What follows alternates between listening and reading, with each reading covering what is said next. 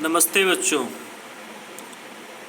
Class 9 के history chapter 2 में socialism के बारे में हम लोग पढ़ रहे हैं और जिसका पिछला क्लास में हमने देखा कि किस तरीके से यूरोप में सोशलिज्म का प्रभाव बढ़ा, कैसे सोशलिज्म जो है यूरोप में एक्सपेंड किया और उसमें रॉबर्ट ओवेन जिन्होंने न्यू हार्मोनी इन इंडियाना का एक कोऑपरेटिव सोसाइटी था जिसका गठन किया, फिर उसके बाद Louis Blanc, Karl Marx, Friedrich Engels, इन सब का क्या योगदान था, ये सारी चीज़ें हमने पढ़ी। अब आप देखेंगे सपोर्ट फॉर सोशलिज्म, सोशलिज्म का क्या कैसे सपोर्ट मिला, किस तरीके से वहाँ काम कर रहा था सोशलिज्म, उसको हम लोग देखते हैं। कहता है by the 1870 socialist ideas spread through Europe. To coordinate their efforts, socialists form an international body, namely Second International. Second International के नाम से इन्होंने एक बॉडी बनाया, एक ऑर्गेनाइजेशन बनाया, जिसका काम था कि इस आइडियाज़ को, सोशलिस्ट आइडियाज़ को पूरे वर्ल्ड में कैसे फैलाना है, और उसके लिए ये इसके मेंबर जो वो थे काम करते थे। Workers in England and Germany began forming associations to fight for better living and working condition. Germany और इंग्लैंड में वर्कर्स अपने बेटर कंडीशन, हाई वेजेस के लिए लड़ रहे थे। They also set up fund to help the member in time of distress and demanded a reduction of working hours. अपने लोगों के सहायता के लिए ये ऑर्गेनाइजेशन इन्होंने बनाया था, जब काम कम हो, जब लोग डिस्ट्रेस में हो तो उनकी मदद की जा सके। So in Germany this association worked closely with the social democratic party, social democratic party which help in it win parliamentary seat. और ये जर्मनी के जो सोशल डेमोक्रेटिक पार्टी थी वो इनकी मदद से कई पार्लियामेंट्री सीट भी जीत रहा था। By 1905 socialist trade unionist formed labour party in Britain. 1905 में लेबर पार्टी ब्रिटेन में बन चुका था।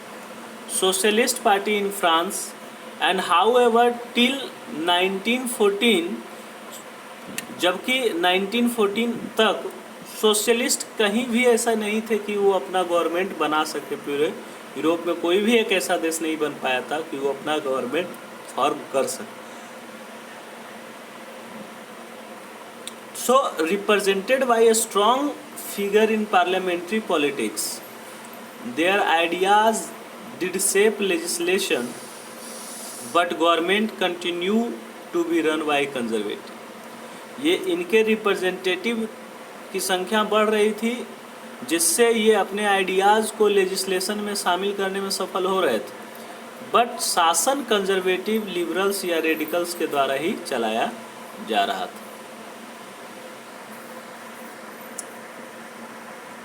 ये पेंटिंग है पेरिस कम्यून का, और हम लोग को जानना चाहिए कि सोशलिज्म का जब पूरे यूरोप में प्रभाव पड़ रहा था तो 1871 के दौरान ही पेरिस कम्यून नाम का एक सोशलिस्ट सोसाइटी बना था फ्रांस में, जो कि लोगों का गवर्नमेंट यानी पीपल्स गवर्नमेंट के रूप में रिकॉग्नाइज किया गया।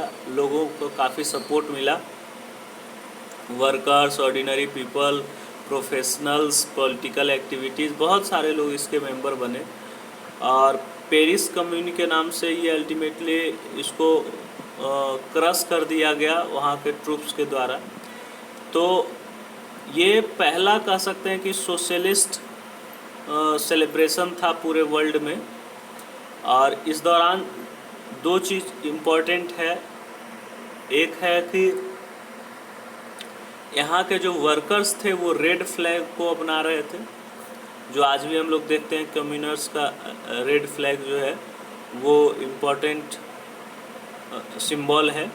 और दूसरा था कि 1972 में जो सॉन्ग गाया गया था मार्सिलेज वो इसी दौरान कंपोज हुआ था और इस दौरान इसको गाया जा रहा था। तो ये तो हो गया कि यूरोप में किस तरीके से रशियन पूरा सोशलिज्म का प्रभाव पड़ा। लेकिन सबसे ज़्यादा प्रभाव या पहली बार जो सरकार बनाने का काम हुआ वो रसिया में हुआ। तो रसिया के बारे में पहले उसके बैकग्राउंड को हम पढ़ लेते हैं। ये देखिए वहाँ का राजा है जार निकोलस सेकेंड। तो इसी के बारे में अब पहले हम पढ़ते हैं कि रसिया आखिर क्या सिचुएशन था वहाँ पे। रसिया में जो रिवॉल्यूशन हुआ और सोशलिस्ट का इतना ज़्यादा प्रभाव पड़ा। तो जब पूरा वर्ल्ड जो है इंडस्ट्रियलाइजेशन से गुजर रहा था तो रसिया काफ़ी इसमें पीछे था। And socialist took over the government in Russia. Socialist जो है रसिया में अपना गवर्नमेंट को कब्जाने में लगे थे और 2 रिवॉल्यूशन हुआ सोशलिस्ट को यहाँ फाइनल ब्लो आउट करने में या फाइनल सोशलिस्ट को गवर्नमेंट पे कब्जा करने में। अक्टूबर रिवॉल्यूशन हुआ 1917 में और फरवरी रिवॉल्यूशन हुआ 1917 में। और इस तरीके से 2 रिवॉल्यूशन यहाँ नॉर्मली होता है और उसी अक्टूबर रिवॉल्यूशन को हम लोग रशियन रिवॉल्यूशन के नाम से जानते हैं। तो अब इसके बारे में पहले थोड़ा हम पढ़ लेते हैं उसका बैकग्राउंड। 1914 में जार निकोलस सेकेंड रसिया एम्पायर का राजा हुआ करता था 1914 के दौरान, जार निकोलस सेकेंड। इसके अलावा जो आप समझने वाली बात यहाँ पे ये है कि जो उस समय का रसियन एम्पायर था वो आज का बहुत अलग अलग देश है। इसकी मॉस्को इसकी कैपिटल सिटी हुआ करती थी और रसिया का एम्पायर आज के करेंट डे की बात करें तो फिनलैंड, लाटविया, लिथुआनिया, इस्टोनिया, कुछ हिस्सा पोलैंड का, यूक्रेन, बेलारूस, ये पैसिफिक तक फैला हुआ था। And today's central Asian state की बात करें तो जॉर्जिया, आर्मेनिया, अजरबैजान सब इसके पार्ट हुआ करते थे। रिलीजन की बात करें तो रसिया में मेन रूप से रशियन ऑर्थोडॉक्स क्रिश्चियनिटी का प्रभाव था, लेकिन इसके अलावे यहाँ पे कैथोलिक, प्रोटेस्टेंट, मुस्लिम, बुद्धिस्ट भी रहा करते थे। ये पूरा एम्पायर का पिक्चर दिया हुआ है।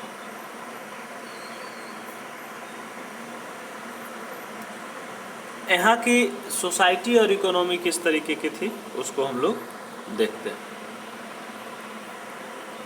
कहता eight the beginning of the 20th century it was vast majority of Russia were agriculturists, means about 85% of the Russian people earned their livelihood from the agriculture। तो इतनी बड़ी जनसंख्या एग्रीकल्चर पे डिपेंडेंट थी। अगर उसी समय मोस्ट ऑफ द यूरोप की बात करें तो रूस और यूरोप में काफ़ी अंतर हो रहा था। रूस का रेस्ट ऑफ द यूरोप से काफ़ी डिफरेंसेस था, क्योंकि यहाँ पे हमने देखा कि फ्रांस और जर्मनी के कंपैरिजन, फ्रांस में 40% जनसंख्या और जर्मनी में 50% जनसंख्या जो थी एग्रीकल्चर पे डिपेंडेंट थी। लेकिन यहाँ 85% जनसंख्या जो है वो एग्रीकल्चर पे डिपेंड थी। और in the empire cultivator produce for the market as well as their need. तो ये कल्टिवेटर्स ही यहाँ पे मार्केट के लिए भी प्रोडक्शन कर रहे थे और अपने नीड के लिए भी प्रोडक्शन कर रहे थे। तो इसीलिए जो ये रसिया था उस समय ग्रेन का पूरे यूरोप में एक मेजर एक्सपोर्टर बना हुआ था। इंडस्ट्री की अगर बात करें तो इंडस्ट्री कुछ ही जगहों पे थे, यानी कि industry was found in pockets. और ये प्रोमिनेंट एरिया जो वहाँ का था सेंट पीटर्सबर्ग, मॉस्को, यहाँ सिर्फ 1-2-4-10 इंडस्ट्री ही देखने को मिलती थी। मेन रूप से जो प्रोडक्शन का काम यहाँ कर रहा था वो क्राफ्ट्समैन कर रहा था। मच ऑफ द प्रोडक्शन जो क्राफ्ट्समैन के अंडर किए जा रहे थे। लार्ज फैक्ट्री जहाँ एग्जिस्ट कर रहे थे तो उसके आसपास भी बहुत सारे क्राफ्ट्स वर्कशॉप देखे जा सकते थे। तो मेनी फैक्ट्रीज जो है वो यहाँ सेटअप होना शुरू हुआ 1890 में, 1890 में, 1890s में। And when Russia railway network was extended and foreign investment in industry increase. जब रसिया में रेलवे का एक्सपेंशन शुरू हुआ, फॉरेन इन्वेस्टमेंट आया, तब यहाँ इंडस्ट्री धीरे धीरे बढ़ना शुरू हुआ। जब इंडस्ट्री बढ़ना शुरू हुआ तो क्या हुआ कि कोल प्रोडक्शन डबल हो गया, आयरन एंड स्टील प्रोडक्शन 4 गुना बढ़ गया, और 1900 आते आते कुछ फैक्ट्री एरिया में जो वर्कर्स की संख्या थी वो लगभग क्राफ्ट्समैन की संख्या के इक्वल हो गई। तो most industry was the private property of industrialist and government supervised large factory to ensure minimum wages and limited hour work. अब गवर्नमेंट का प्राइवेट इंडस्ट्री पे कोई कब्जा नहीं था, गवर्नमेंट सिर्फ सुपरवाइज करने का काम करती थी, लेकिन यहाँ पे करप्शन व्याप्त था। जो फैक्ट्री इंस्पेक्टर होता था वो क्या करता था कि रूल तोड़ने के लिए रूल तोड़ने वाले को उसको प्रिवेंट करने के लिए, रूल तोड़ने से बचाने के लिए उसको नियुक्त किया गया था। लेकिन वो जितने भी स्मॉल वर्कशॉप्स थे जहाँ पे वर्किंग डेज जो था वो 15 वर्किंग टाइम जो था 15 आवर का था, और 10 to 12 आवर के जगह पे लोगों को 15 घंटा काम करना पड़ रहा था। जब इंस्पेक्टर्स को पता चलता था तो वो कुछ रुपया पैसा लेकर इन सारे चीज़ों को सेटल कर देता था, बात ऊपर तक नहीं जाती थी। अगर लिविंग स्टैंडर्ड की बात करें तो वर्कर्स का जो एकोमोडेशन था वो काफ़ी ख़राब था।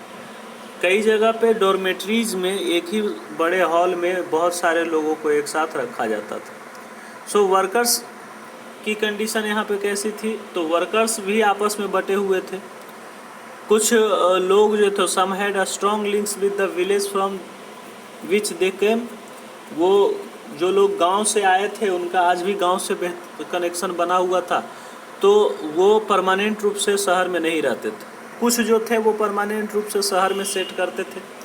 तो यहाँ पे जो वर्कर्स थे उनमें भी डिवाइडेशन था स्किल के आधार पर। वैसे वर्कर जो सेंट पीटर्सबर्ग या मेटल वर्क में काम करते थे वो अपने आप को एरिस्टोक्रेट्स कहा करते थे, यानी वर्कर्स में वो अमीर वर्कर्स कहते ना, गरीब की भी कैटेगरी बन गई थी। गरीब में एक गरीब था और गरीब में भी एक अमीर गरीब था। तो मेटल वर्कर्स जो थे एरिस्टोक्रेट्स अपने आप को समझते थे, और जो लोग कंस्ट्रक्शन वर्क में लगे हुए थे वो अनस्किल्ड लेबर थे, तो उनको अपने सामने ये तुच्छ समझते थे, इन्फीरियर समझते थे।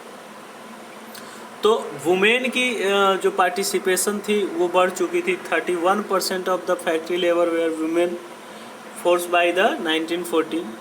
लेकिन वुमेन का जो वेजेस था वो काफ़ी कम था और वर्किंग आवर लगभग वही रहता था। So division among workers showed themselves in dress and manner too. और यहाँ वर्कर्स के बीच में डिवीज़न देखा जा सकता था क्योंकि उनका जो ड्रेसिंग सेंस था दोनों का अलग अलग था। Some workers formed association to help member in time और अनएम्प्लॉयमेंट। हमने पहले ही देखा कि अनएम्प्लॉयमेंट के दौरान, हार्डशिप के दौरान कुछ एसोसिएशन बनाए गए थे जो वर्कर्स को हेल्प करते थे। Despite division worker did unite to strike work. इतने सारे डिवीज़न के बावजूद भी वर्कर्स जो थे वो ऑर्गेनाइज हो रहे थे स्ट्राइक के लिए। जब कभी ऐसा डिस्प्लेस का मामला आ रहा था, यदि कोई एम्प्लॉय का डिसमिसल हो जा रहा था, तो उस कंडीशन में लोग स्ट्राइक कर रहे थे। So this strike took place frequently in the textile industry during 1896 to 97। 96-97 में ये स्ट्राइक जो है काफ़ी ज़्यादा बढ़ गया था। और 1902 आते आते मेटल वर्कर के इंडस्ट्री के जो वर्कर्स थे, मेटल वर्कर्स जो थे, उनको भी ये समझ में आ गया कि वो भी लेबर ही है, और 1902 आते आते ये भी स्ट्राइक में शामिल हो गए। तो इन कंट्री साइड्स की बात करें तो पीजेंट्स जो थे वो मोस्ट ऑफ द लैंड पे कल्टीवेशन करते थे, लेकिन उनका जो अधिकार था, ज़मीन का अधिकार, वो नोबेलिटी या क्राउन फिर ऑर्थोडॉक्स चर्च के ऊपर था। तो ये सिर्फ जो थे वो एक लेबरर वर्क बन के रह चुके थे।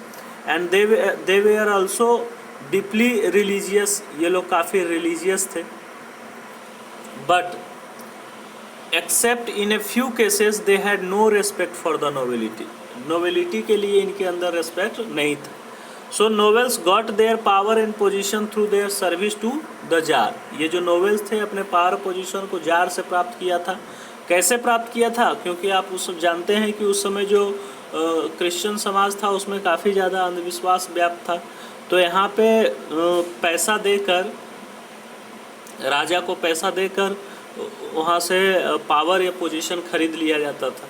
सो ये लोगों के बीच में, पीजेंट्स के बीच में काफ़ी ज़्यादा प्रचलित, पॉपुलैरिटी इनको हासिल नहीं थी। ये सेम उसी तरीके से कह सकते हैं कि ये फ्रांस में जो कुछ स्थिति थी कुछ अलग थी इससे। This was unlike France where during the French revolution Brittany's peasants respect nobles and fought for them. तो वहाँ पीजेंट जो थे वो नोवेल्स के लिए रेस्पेक्ट रखते थे। रसिया की अगर बात करें तो पीजेंट जो चाहते थे कि नोवेल से उनका ज़मीन छीनकर पीजेंट्स को दे दिया जाए, और इसी के डिमांड के कारण कुछ दिनों के बाद जो ये रेंट पे करना चाहते थे, रेंट इनसे जो लिया जाता था, वो रेंट पे करने के लिए उन्होंने मना कर दिया और अपने लैंडलॉर्ड्स का मर्डर करना शुरू कर दिया। तो 1902 आते आते लार्ज स्केल में साउथ रसिया में ऐसी घटना घटने लगी थी, और 1905 आते थे पूरे रूस में ये घटना घटने लगी कि पीजेंट्स को मारा जाने लगा।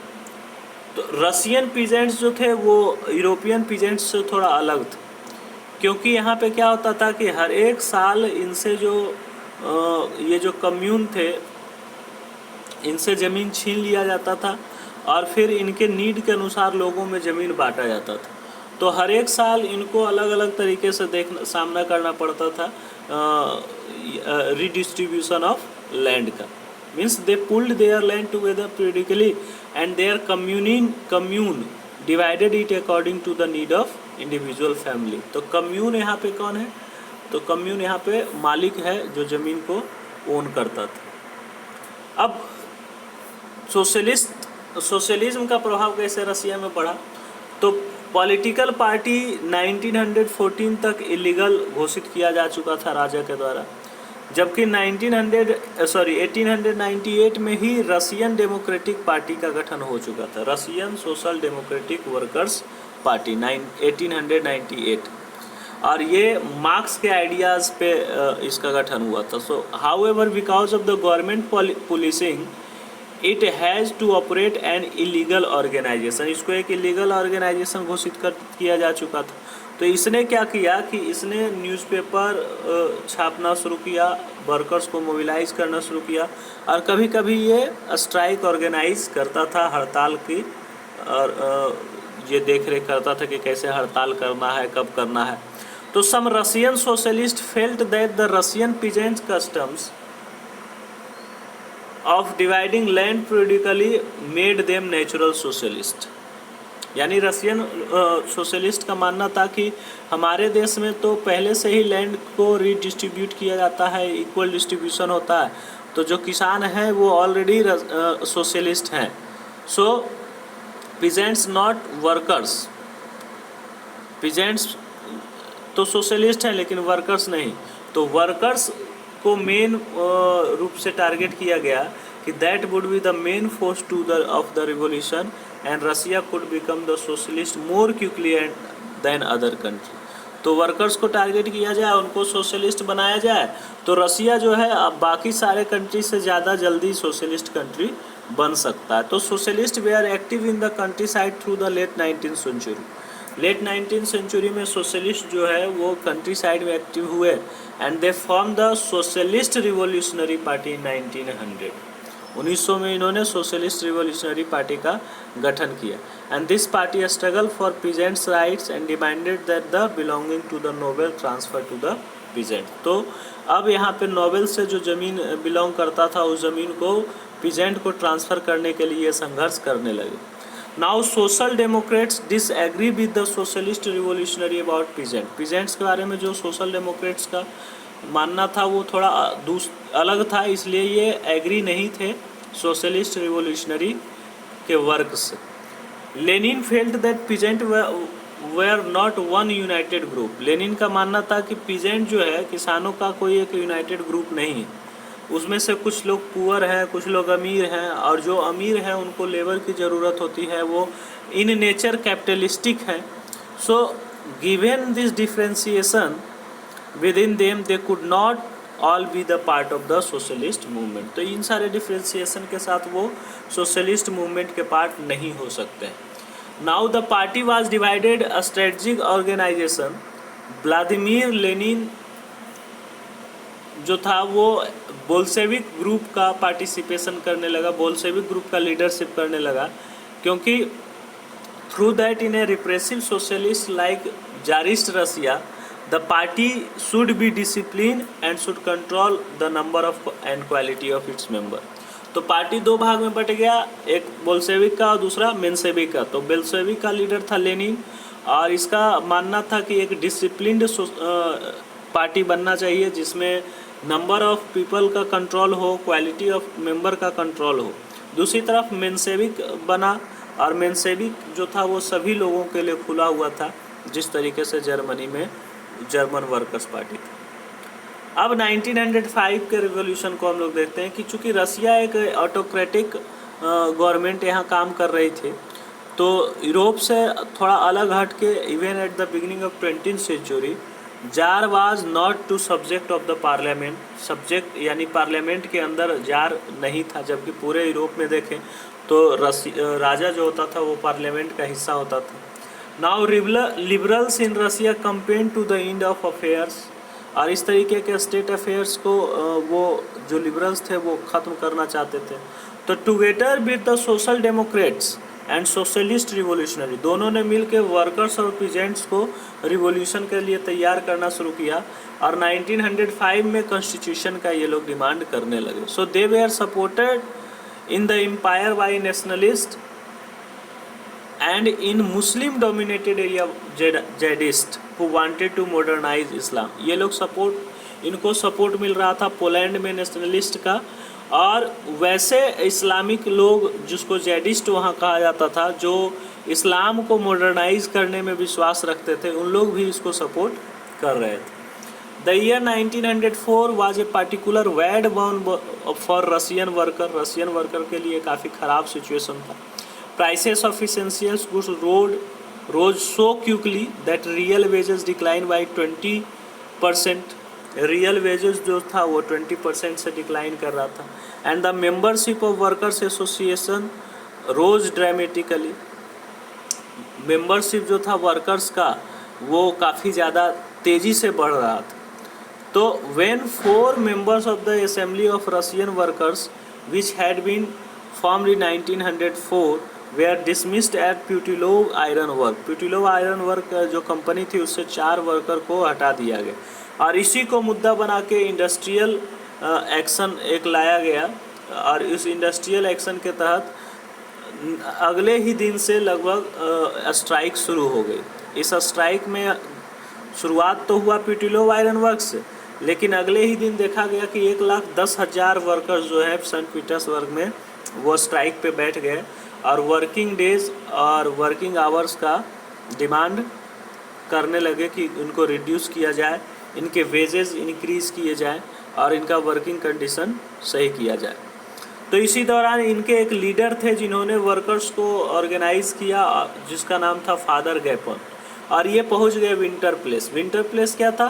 तो विंटर प्लेस एक एडमिनिस्ट्रेटिव हाउस था जहाँ पे राजा जो था वो उसके ऑफिशियल्स काम करते थे कि किस, और वहाँ सारे ऑफिशियल्स एक साथ बैठा करते थे विंटर प्लेस में। तो उस विंटर प्लेस के पास ये लोग पहुँच गए। पुलिस या फिर कोजेक्स वो थे जो राजा के प्राइवेट सिपाही थे, या कह सकते हैं प्राइवेट गार्ड थे।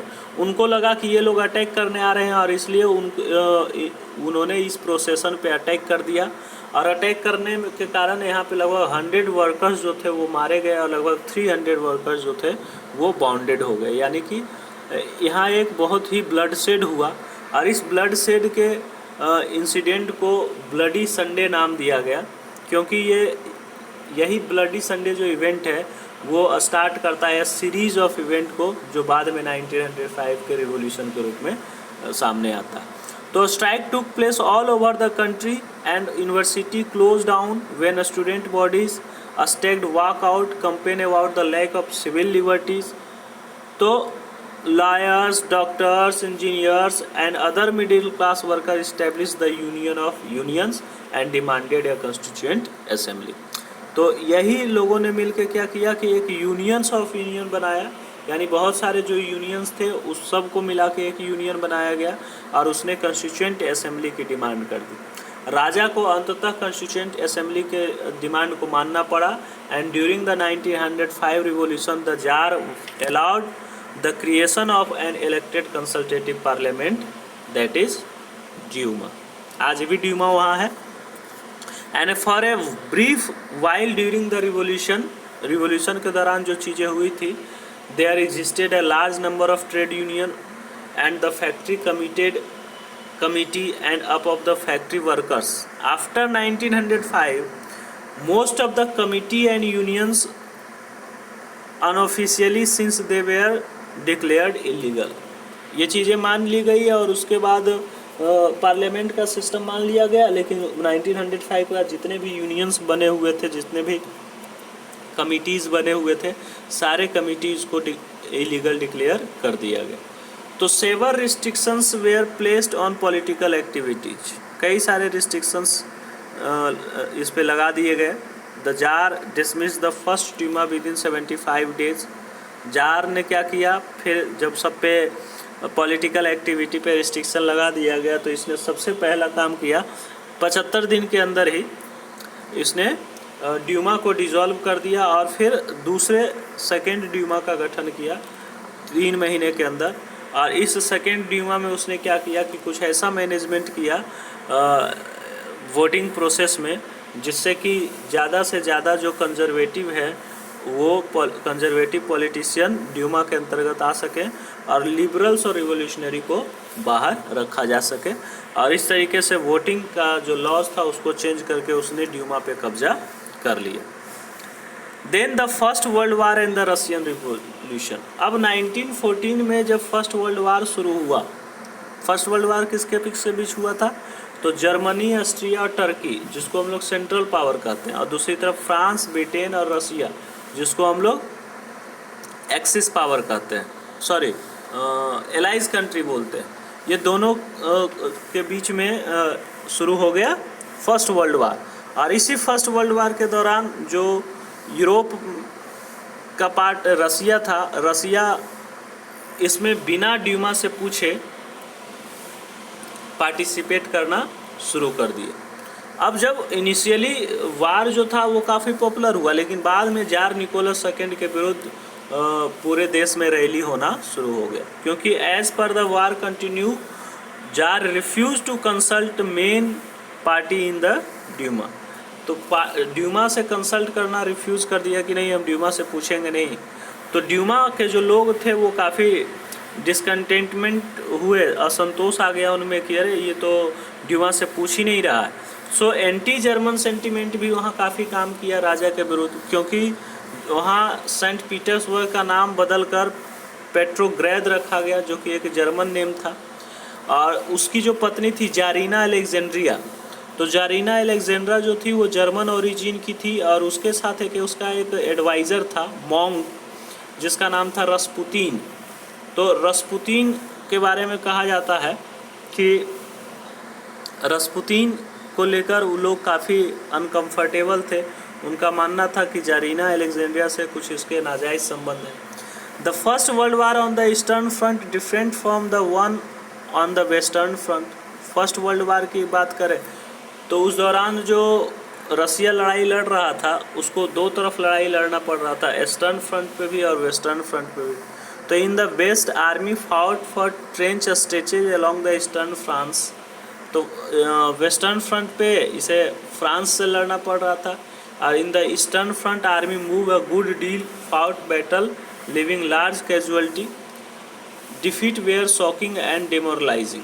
तो ईस्टर्न फ्रंट पे जर्मनी से लड़ना पड़ रहा था और इसको यहाँ पे काफ़ी ज़्यादा कैजुअलिटी का सामना करना पड़ रहा था, तो जिससे कि लोग काफ़ी परेशान हो गए थे, आर्मी काफ़ी परेशान हो गई थी। And defeat were shocking, defeat जब होने लगा तो वो इसके लिए यानी रसिया के सेना के लिए शॉकिंग था, डिमोरलाइजिंग था। And Russia's army lost in Germany and Austria between 1914 and 1916। तो 1914-1916 में रसिया जो था वो ऑस्ट्रिया के हाथों, जर्मनी के हाथों बैडली लॉस्ट हो रहा था। तो there were 7 millions casualty by 1970, 1917 आते आते 7 मिलियन कैजुअलिटी हो चुकी थी। As they treated the Russian army destroyed crops and building to prevent enemy from the being able to live off the land. अब जब रशियन आर्मी पीछे हट रही थी तो पीछे हटने के दौरान ये अपने ही बिल्डिंग्स और क्रॉप्स को जला दे रही थी, डिस्ट्रक्ट कर दे रही थी, क्योंकि इनको लग रहा था कि अगर इसको डिस्ट्रक्ट कर दिया जाए तो आने वाली सेना जो है उसको किसी भी तरीके का रिसोर्सेस नहीं मिलेगा आगे बढ़ने के लिए। So the destruction of crops and building, over 3 million refugees in Russia situation discredited the government and the tsar soldiers did not wish to fight such a war. तो इस तरीके का वार जो था वो जार के जो सोल्जर्स थे वो लड़ना नहीं चाहते थे, और ये रिफ्यूजी की जो संख्या थी ये भी काफ़ी ज़्यादा बढ़ते जा रही थी धीरे धीरे। So the war also had a severe impact on industry. Industry पे वार का कई तरह का इफेक्ट पड़ा। कैसे इफेक्ट पड़ा? तो जो रशियन इंडस्ट्री में काम करने वाले जो लोग थे वो लोग कंट्री साइड्स के थे। यहाँ तक कि यहाँ पे इंडस्ट्रीज़ तो बहुत कम था, तो जितने भी सप्लाई जाते थे इंडस्ट्रियल गुड्स का वो बाहर से आते थे। तो बाल्टिक सी का जो रास्ता था वो जर्मनी ने कंट्रोल कर लिया, उसको क्लोज कर दिया, तो इंडस्ट्रियल प्रोडक्ट आना बंद हो गया रशिया में। दूसरी तरफ 1916 में रेलवे लाइंस जो था वो तोड़ दिया गया, ब्रेक डाउन हो गया। जो एबल्ड बॉडीज़ था, यानी कि जो लोग थे, जो पुरुष थे, वो युद्ध लड़ने के लिए चले गए, जिसके कारण जो था कंट्री साइड में लेबर की कमी हो गई। वर्कशॉप्स जो इसेंशियल गुड्स को प्रोड्यूस कर रहा था वो बंद हो गए। And large supply of the grain were sent to feed the army. Army को खिलाने के लिए बहुत ज़्यादा फूड ग्रेन्स भेजा जा रहा था, जिसके कारण जो कंट्री साइड्स में था वो फूड ग्रेन्स की कमी हो गई थी। तो फूड ग्रेन्स की कमी हो जाने के कारण यहाँ जो स्थिति था वो फूड राइट्स का स्थिति बन गया यहाँ पे। 1916 में कई सारे राइट्स देखने को मिलते हैं सिंपल शॉप्स पे, जहाँ पे ये लोग जब पहुँचते थे तो पहुँचने के बाद 10, 20, 100, 200 को खाना मिल पाता था, बाकी भूखे रह जाते थे। तो इस तरीके से हम लोग देखते हैं कि रसिया में रशियन रिवॉल्यूशन होता है। तो ये हम लोग 1905 का रिवॉल्यूशन देख रहे थे। अब आगे हम लोग जो देखेंगे वो the February revolution is Petrograd, यानी 1917 का रिवॉल्यूशन देखें। चलिए, धन्यवाद।